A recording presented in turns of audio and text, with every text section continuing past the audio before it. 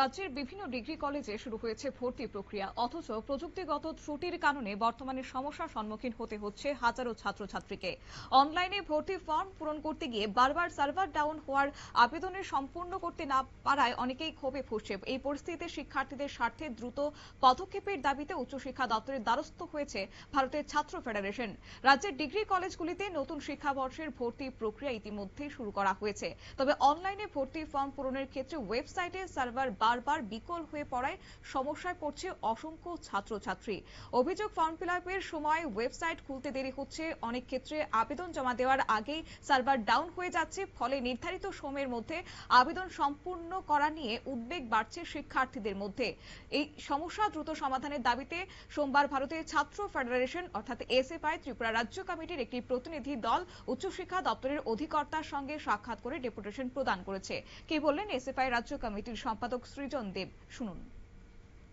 আজকে আমরা ভারতের ছাত্র ফেডারেশন ত্রিপুরা রাজ্য কমিটির পক্ষ থেকে একটি প্রতিনিধি দল উচ্চ শিক্ষা দপ্তরের অধিকর্তার কাছে একটি প্রতিনিধিমূলক ডেপুটেশনে মিলিত হয়েছে এবং আমাদের আজকের এই ডেপুটেশনের প্রধান এবং অন্যতম কারণ হচ্ছে, আপনারা জানেন যে আমাদের রাজ্যে মাধ্যমিক উচ্চ মাধ্যমিকের রেজাল্ট বের হয়েছে। এখন যারা উচ্চ মাধ্যমিকে উত্তীর্ণ হয়েছে তারা রাজ্যের মহাবিদ্যালয়গুলোতে ভর্তি হবে। ভর্তি প্রক্রিয়ার প্রাথমিক পর্ব শুরু হয়েছে এবং প্রাথমিক পর্বে অনলাইনে ভর্তি প্রক্রিয়ার যে কাজ, সে কাজ শুরু হয়েছে গত 29 মে থেকে। কিন্তু আমরা যেটা লক্ষ্য করলাম, রাজ্যের অসংখ্য ছাত্রছাত্রীরা যারা প্রত্যেক দিন 29 মের পর থেকে এই যে ভর্তি হওয়ার জন্য অনলাইনে ফর্ম ফিল আপ করবার জন্য যারা যাচ্ছে অনলাইনে ফর্ম ফিল আপ করবার জন্য, তারা সার্ভার ডাউনের ফলে ওয়েবসাইটের সার্ভার ডাউন হয়ে আছে 29 তারিখ থেকে। এর ফলে ছাত্রছাত্রীরা তারা এই যে মহাবিদ্যালয়গুলোতে ভর্তি হবে, সে ভর্তি প্রক্রিয়ার ফর্ম ফিল আপ তারা করতে পারছে না। এই প্রক্রিয়ার না করতে পারার ফলে আমাদের রাজ্যের অসংখ্য ছাত্রছাত্রী, হাজার হাজার ছাত্র ছাত্রীরা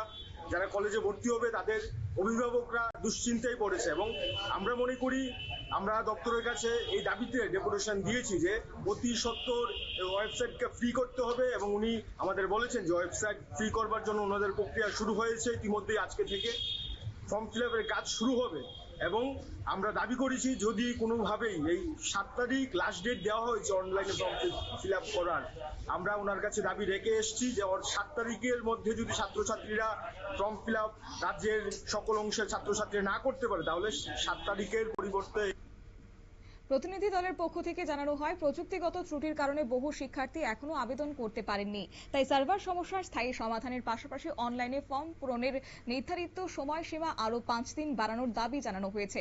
সংগঠনের নেতৃত্ববৃন্দের বক্তব্য, শিক্ষার্থীদের ভবিষ্যতের কথা বিবেচনা করে প্রশাসন উচিত অবিলম্বে কার্যকরী ব্যবস্থা গ্রহণ করা, যাতে করে ছাত্রছাত্রীরা এই ভর্তি প্রক্রিয়া থেকে বঞ্চিত যেন না হন। এখন দেখার বিষয় উচ্চশিক্ষা দপ্তর এক্ষেত্রে কি পদক্ষেপ গ্রহণ করে, সেদিকেই তাকিয়ে রয়েছে এখন শিক্ষার্থী মহল। নিয়ে নিচ্ছে ছোট্ট একটি বিজ্ঞাপন বিরতির, সঙ্গে থাকুন।